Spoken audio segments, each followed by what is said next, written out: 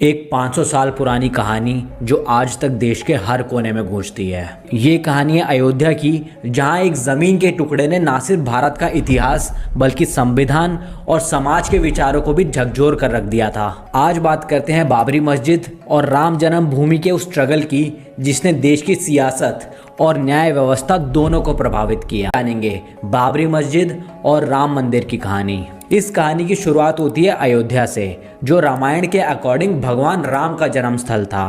1528 में मुगल राजा बाबर के सेनापति मीर बाकी ने बाबरी मस्जिद बनवाई, लेकिन सदियों से यह माना जाता था कि उस जगह पर एक प्राचीन राम मंदिर था। 1766 में ईस्ट इंडिया कंपनी के दौरान ये जगह पहली बार विवादों में आनी शुरू हुई। डिस्प्यूट के चलते 1859 में वहाँ एक बाउंड्री वॉल बनाई गई, जिसमें हिंदू और मुसलमानों की प्रेयर की जगह को सेपरेट कर दिया गया। लेकिन ये विवाद चलता रहा, सदियां बीतती गईं और फिर 1949 में इस कहानी का एक टर्निंग पॉइंट आया। दिसंबर 1949 की एक रात को बाबरी मस्जिद के अंदर रामलला की एक मूर्ति रख दी गई। टेंशन इतनी बढ़ गई जिसके चलते सरकार ने मस्जिद पर ताला लगवा दिया और ये मामला कोर्ट पहुंच गया। एक तरफ सुन्नी वक्फ बोर्ड था और दूसरी तरफ हिंदू महासभा और निर्मोही अखाड़ा। केस चल रहा था, लेकिन 1980s के दौर में इसने सियासत का रंग ले लिया। 1984 में विश्व हिंदू परिषद ने राम जन्मभूमि मुक्ति आंदोलन की शुरुआत की, जिसका उद्देश्य था राम जन्मभूमि को फ्री करना।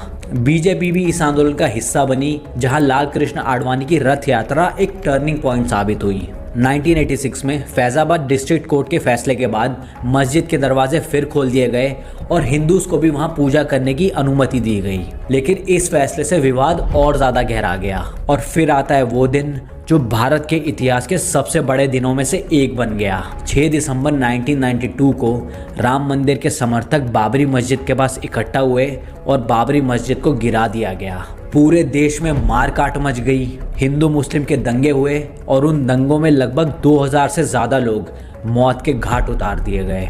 इस घटना के बाद न्याय व्यवस्था में एक लंबी लड़ाई शुरू हुई। 2010 में इलाहाबाद हाई कोर्ट का फैसला आया, जिसमें ज़मीन को 3 हिस्सों में बांट दिया गया।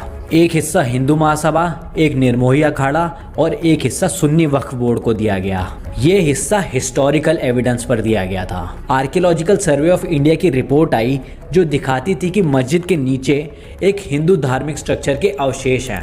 लेकिन किसी भी पक्ष ने इस फैसले को स्वीकार नहीं किया और मामला सुप्रीम कोर्ट पहुंच गया। 9 सालों तक केस की हियरिंग होती रही और फाइनली 9 नवंबर 2019 एक ऐसी तारीख जो भारत के न्याय इतिहास में अमृत अक्षरों में लिखी गई। सुप्रीम कोर्ट ने अपने 1045 पेज के फैसले में कहा कि जमीन रामलला विराजमान को मिलेगी और वहां राम मंदिर बनेगा। साथ ही सुन्नी वक्फ बोर्ड को मस्जिद के लिए 5 एकड़ जमीन अलग से दी गई। कोर्ट ने यह भी माना कि बाबरी मस्जिद का गिराया जाना अनलॉफुल था, लेकिन आर्कियोलॉजिकल सबूत राम मंदिर के पक्ष में थे।